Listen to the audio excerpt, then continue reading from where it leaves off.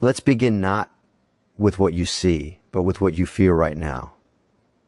That subtle, almost magnetic pull to this image of jungle clearing under a cloudy sky. It's quiet, but it's not empty. It's open, yet it feels profoundly isolated. This isn't just a random patch of land. This is one of the planet's most potent psychological and ecological archetypes. And you are wired to respond to it. Your ancestors across every continent would have seen a clearing like this with a heart full of both dread and possibility.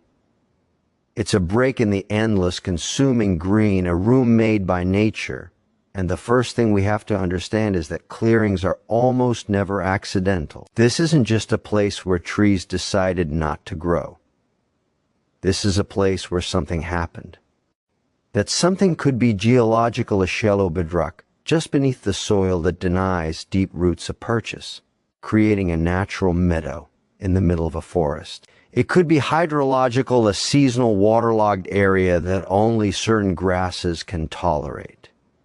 Or, more dramatically, it could be the work of a single cataclysmic event, a lightning strike from a storm. Just like the one those clouds promise can ignite a fire that burns a massive hole in the canopy. The resulting clearing becomes a race of life, a furious battleground of saplings reaching for the sudden abundance of light, a literal green rush where the rules of the deep jungle no longer apply. But there's another, slower architect, the mega herbivore. Think of forest elephants or, in millennia past, vast herds of now extinct giants. These creatures are the landscape gardeners of the wild. They push over trees to get to the tender roots and highest leaves. They compact the earth with their weight, and they create vast networks of these open spaces which become their grazing lawns. So when you look at this clearing, you are looking at a story written in fire, water, stone, or by the hunger of giants. This is the first layer, the physical, Genesis. And it's crucial because this literal openness creates a figurative stage. The dense jungle is a world of hidden, private dreams, a snake coiling around a branch, a jaguar moving unseen along a shadowed path. But the clearing is a theater. It is a place of exposure. Every creature that steps into it does so knowing it can be seen from every direction. This flips the entire script of survival. The hunter loses its cover, and the prey gains a crucial second of warning. This dynamic makes the clearing a place of immense tension, a neutral ground where the normal hierarchies are suspended. That feeling of eerie peace you get, it's that suspended tension. It's the quiet of a drawn breath, not the quiet of sleep. And this is where our human psychology kicks in. For our ancient selves, the jungle was the realm of unknown threats, a tangled maze where danger could be inches away. The clearing was a relief, a place to rest, to see the sky, to build a fire. But it was also a vulnerability. That firelight, while pushing back the dark, also advertised your presence to every watching eye in the surrounding blackness. The clearing became, for us, a symbol of both sanctuary and sacrifice, of community and exposure. This duality is baked into our bones. It's why this image feels so strangely familiar, so nostalgic, yet so unnerving. We are looking at a primordial memory, and as we stand here on this edge between the tangled unknown and the open unknown, we have to ask, if this is a stage, who are the players? The answer is a hidden world of relentless competition and bizarre adaptation that unfolds in this square of grass under the watchful gray sky. That's where we're going next, deep into the grass itself, to meet the true rulers of this open space. Because I promise you, the most fascinating life here isn't standing at the edges looking in. It's living an entire epic in the 2 inches between the soil and the seed heads. So we step into the clearing. The first thing that strikes you is the sheer density of the grain. A carpet that seems uniform from a distance, but is, in truth, a metropolis of conflict and coexistence. This isn't a passive lawn, it's a vertical jungle in miniature. A frantic, sun-drenched world where the fight for light happens in centimeters, not meters. Down here, the cloudy sky is a blessing. The diffuse, soft light that filters through that thick blanket of cloud is the great democratizer. In direct, harsh sunlight, only the most aggressive, fast-growing grasses and herbs would dominate, creating a monoculture. But this gentle, omnidirectional light allows for diversity. It reaches the smaller, slower-growing plants, the ground-hugging rosettes, the tiny flowering herbs that would be scorched or shaded into oblivion otherwise. This is the first secret. This eerie, flat light is what paints this clearing with 1,000 shades of green and a sprinkling of wildflowers. Now let's get down on our hands and knees. The soil here is a different universe from the deep, mulchy, fungal-dominated soil of the forest.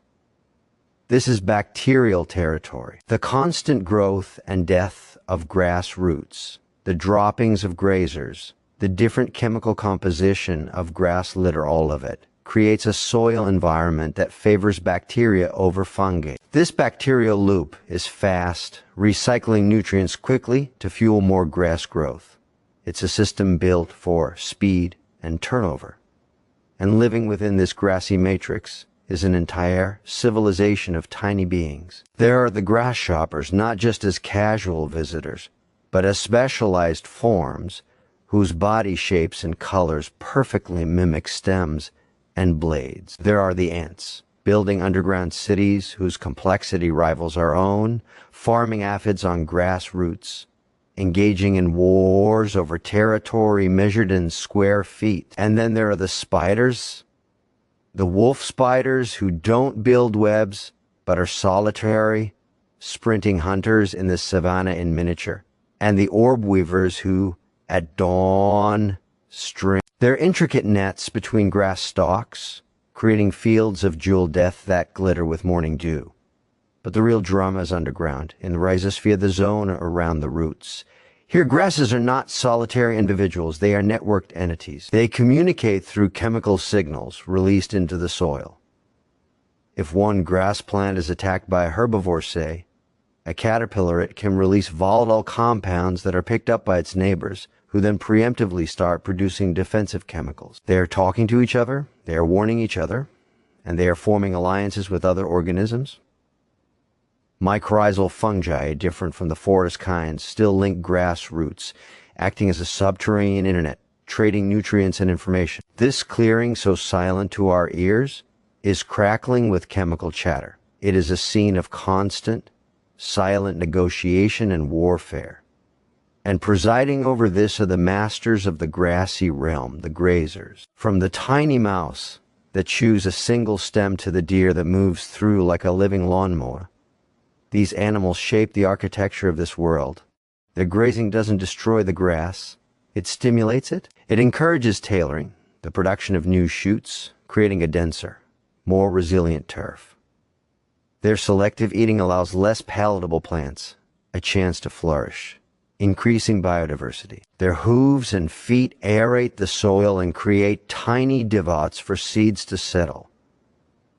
They are the custodians, and with them come the predators. The hawk circling high above those clouds is looking for the slightest movement in this green sea of vole shifting position, a rabbit freezing. The fox skirts the edge, using the tree line for cover before darting out for an ambush. This clearing is a full, vibrant, hyper-competitive ecosystem, a world of exquisite miniaturization and constant flux. It is never static. From season to season, even from week to week, the dominant species of grass or flower can shift. The insect populations boom and bust. The paths worn by animals change direction. It is a living painting that is constantly being repainted. And as we observe this, we realize this clearing is not an island. It is deeply, intrinsically connected to that wall of jungle that surrounds it. It is a part of it.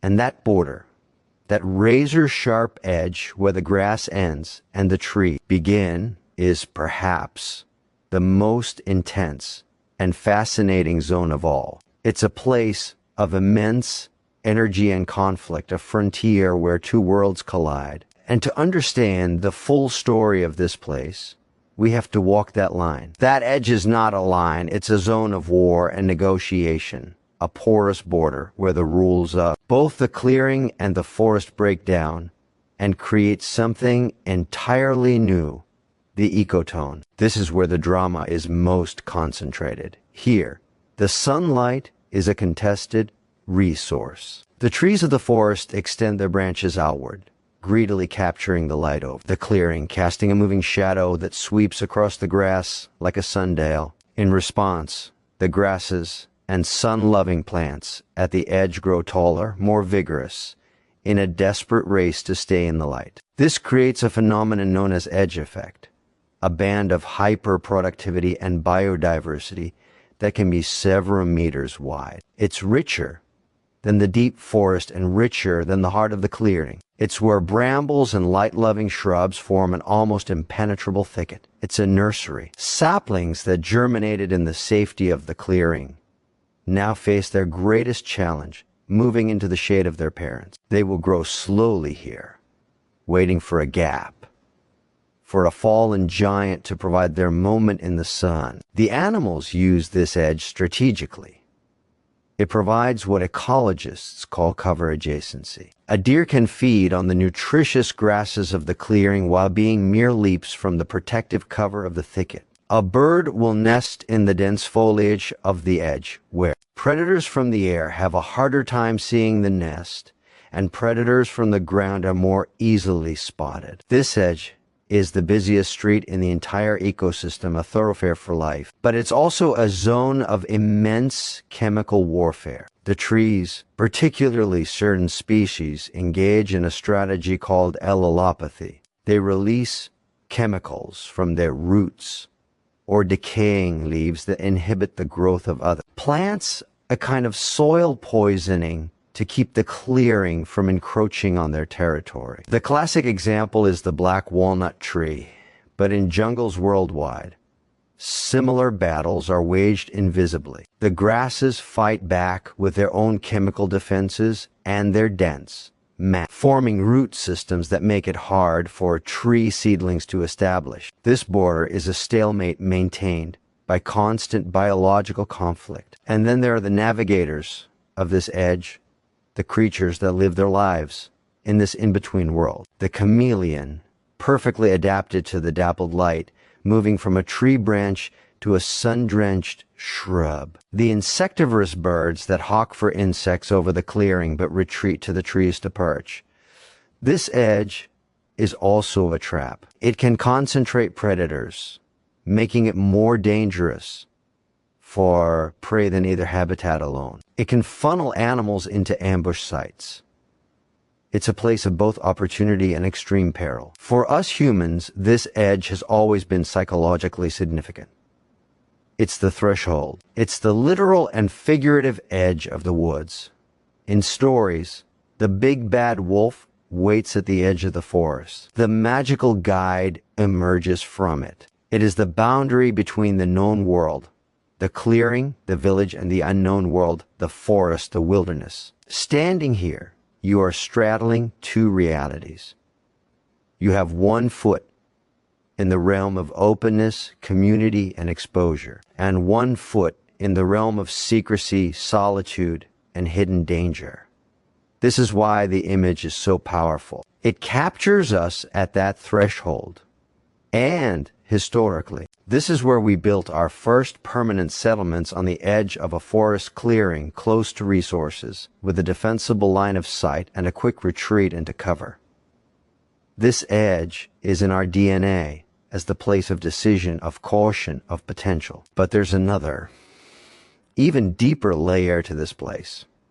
Beyond its ecology and its psychology, this clearing under a cloudy sky has served as a blank canvas for the human mind for millennia. It is a stage not just for biological drama, but for myth, for ritual, for the projection of our deepest fears and highest hopes. When the biological noise fades into the background, a different kind of presence can be felt. And that is where our journey takes its most profound turn. When the practical needs of survival are momentarily quieted, the human mind begins to project meaning onto the landscape. A jungle clearing under a cloudy sky ceases to be just an ecosystem and transforms into a temple, a courtroom, a landing site, a memory. Across cultures, clearings have been sacred spaces. They are natural cathedrals where the sky opens up, allowing for communion with the divine above, unmediated by the tangled branches of the mundane world. The Celts held their rituals in forest clearings called demetons. They saw them as thin places where the veil between the physical and spiritual worlds was porous. The cloudy sky above such a place wouldn't be seen as gloomy, but as a dome of connection, the realm of the gods pressing close. In many West African traditions, clearings were used for gatherings, dances, and ceremonies, becoming containers for a community spirit and ancestral communication. The clearing, by its very definition as an empty space within a filled one, becomes a vessel waiting to be filled with intention. It is a room made by nature for a purpose only we can assign. This makes it a universal setting for the supernatural.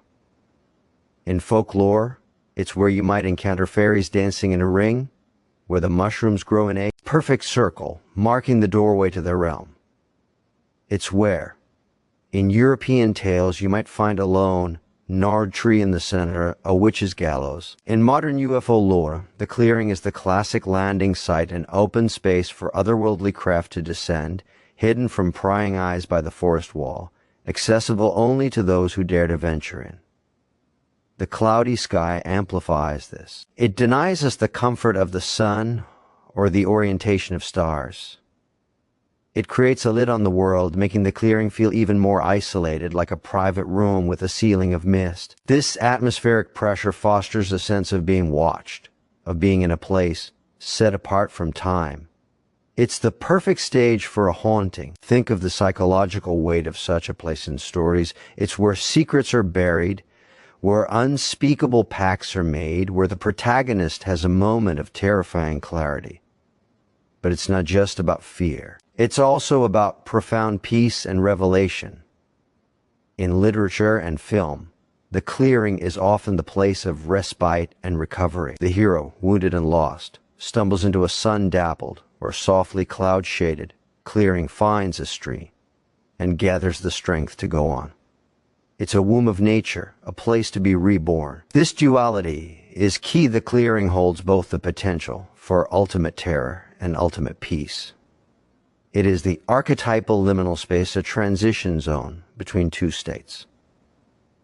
You are not in the deep forest, nor are you in the open plains or a human settlement. You are between, and liminal spaces are where transformation happens.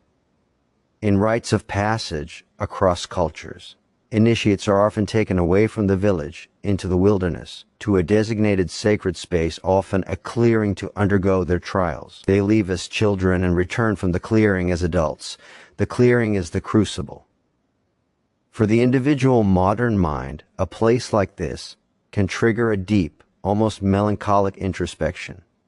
The cloudy sky reflects our own internal state, not stormy, not clear, but contemplative, muted, full of undefined potential. The openness invites us to project our thoughts outwards, while the enclosing forest reminds us of the unconscious, the tangled growth of memories and emotions we have yet to sort through. It is a mirror. This is why this single image is so relentlessly used in art, poetry, and cinema. It is a visual shorthand for a specific, complex human emotion that has no name, a blend of solitude, anticipation, nostalgia, and a touch of a sublime dread. We've moved from the physics of its creation to the biology of its life, to the ecology of its bore, and now to the metaphysics of its meaning. We've seen it as a habitat, a battlefield, a frontier, and a temple. But there is one final urgent lens through which we must view the scene. A lens that brings all these layers crashing into our present moment and forces upon us a responsibility that cannot be ignored now. Pull the camera back, far back. Let's see this clearing not as an isolated, timeless vignette, but as a pixel in a vast, global image that is changing at a terrifying speed. That wall of jungle surrounding it? It's receding. Not naturally, not from the slow work of elephants or fire, but from the relentless systematic edge of the chainsaw and the bulldozer. The clearing we have been marveling at, this intricate, ancient, self-regulating theater of life, is now more likely to be a wound than a stage. This is the final and most critical layer of truth about a jungle clearing under a cloudy sky today. It is an endangered phenomenon. The natural clearing, created and maintained by natural processes, is being swallowed by two opposing catastrophes. On one side, deforestation is turning vast jungles into permanent, barren clearings, monoculture farms, cattle pastures, mining pits. These are not ecosystems, they are ecological scars. They have none of the complexity, the biodiversity, the subtle balance. They are dead zones. On the other side, in the fragments of jungle that remain, a sinister opposite is happening. The world is becoming too uniform. The loss of those mega herbivores, the elephants, the rhinos, the giant tapirs, means there are no longer natural engineers to create and maintain these clearings. Without fire, without grazing, without that disturbance, the forest closes in, the clearings vanish. The light-filled stages for that explosive diversity of grasses, flowers, insects, and the animals that depend on them simply disappear.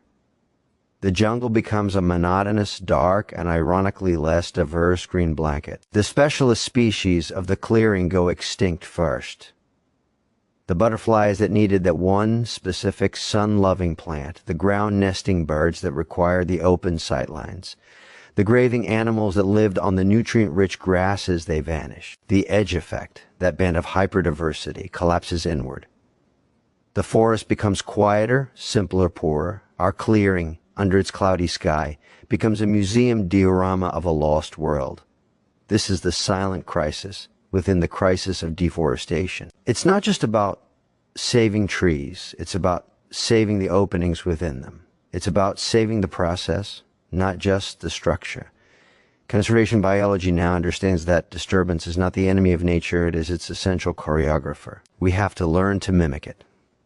Projects around the world are now doing just that, using controlled, prescribed burns to replicate lightning fires, introducing managed grazing to replicate the lost herds, physically cutting clearings to let the light in. They are trying to stitch not just the forest, but its internal pattern of light and shadow back together. And this is where this image stops being just a contemplation and becomes a call to arms. When you look at this scene now, you should see more than beauty and mystery. You should see a battleground for a concept, the necessity of complexity. You should see an argument against simplistic, binary thinking that divides the world into forest, good and not forest, bad. The truth is in the nuanced, messy, dynamic in-between. The truth is in the clearing. So, what does this mean for you right now? It means the way you view the world matters. It means supporting conservation organizations that understand this complexity, ones that work on landscape-level restoration, that protect not just parks but ecological processes. It means being mindful of the choices that drive deforestation a world away in the food you eat, the products you buy.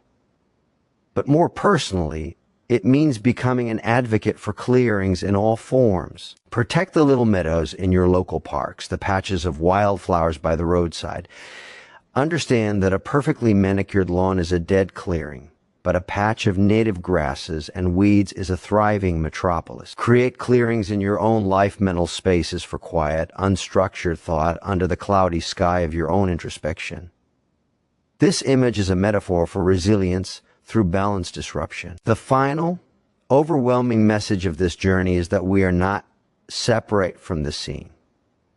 We are the newest, most powerful force of disturbance the planet has ever known. We can be the lightning strike that destroys, or we can choose to be the careful, mindful gardener, the steward who understands that sometimes to let life flourish in all its glorious, chaotic diversity, you have to hold the space open.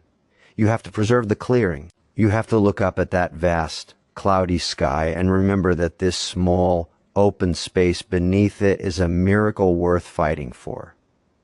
If this journey from the soil to the sky resonated with you, if you now see the world in a slightly different, more intricate light, then your role begins. Don't just let this be a video you watched. Be the disturbance that sparks new growth. Smash the like button to push this into the algorithms, creating a clearing in the digital jungle so others can find this perspective, Subscribe to Plant Yourself here to become part of a community that values depth and nuance over simplicity. But most importantly, share your thoughts in the comments below. Tell me, what does a clearing mean to you? A memory, a fear, a place of peace. That conversation, that exchange of ideas is our own human clearing of space we make together to let new understanding grow. And finally, if you want to go deeper, to explore the scientific papers, the conservation projects, and the philosophical texts that inform this narrative, I've linked them all in the description below. Go there. Be curious. The jungle of information is vast, but I've tried to create a clearing for you. Step into it.